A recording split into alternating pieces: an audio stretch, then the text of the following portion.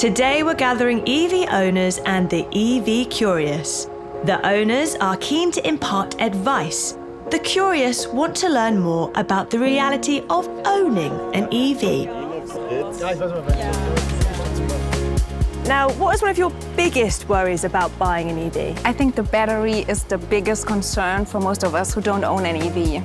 I never let my charge drop below 20%. I'm more of a risk taker.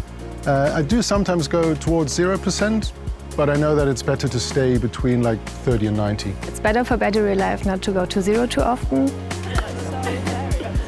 Always try to start with 80% of charge. It's good for peace of mind and it takes you hundreds of kilometers. Enough for any journey before a break.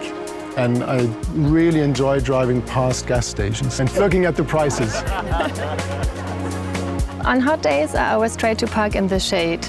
It keeps the battery cooler and that helps to maintain performance and longevity.